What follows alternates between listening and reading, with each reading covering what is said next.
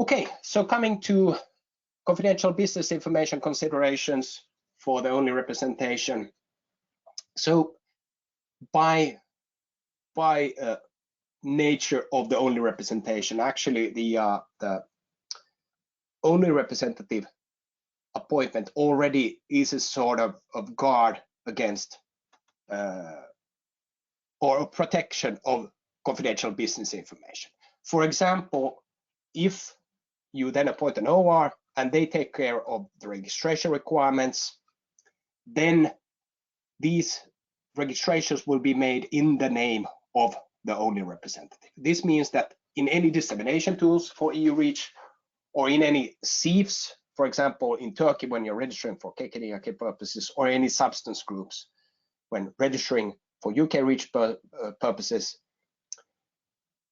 only the only representative will be shown, not the actual company, the manufacturer formula who has appointed the only representative.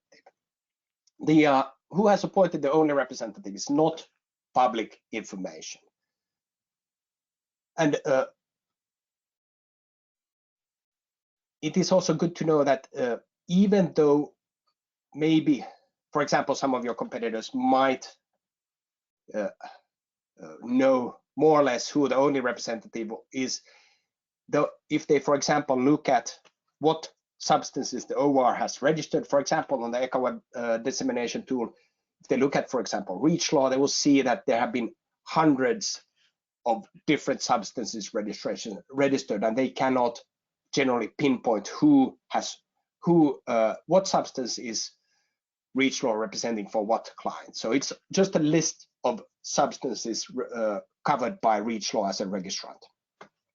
If needed, additional measures may be taken by claiming actually the substance ID confidential, but we will not go into details. This goes into a lot of technical stuff, but it is possible to further guard the identities of the substance, for example, from any other actors who might otherwise see this identity of the substance, coupled with to the only representative as the registrant, for example.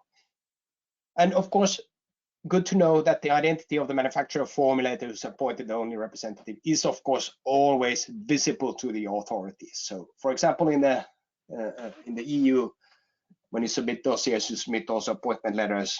In Turkey, you provide, and the same applies to UK, and in Turkey you provide this information separately in the KK system.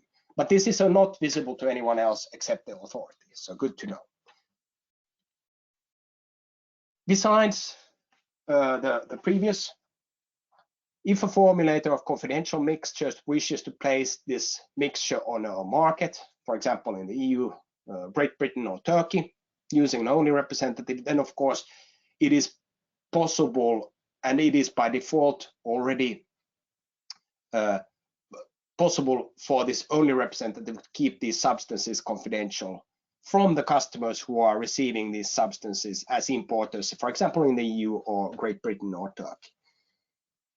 So it means that we do not, as an only representative, have to disclose the composition of a mixture to the customers receiving this in the said markets. The only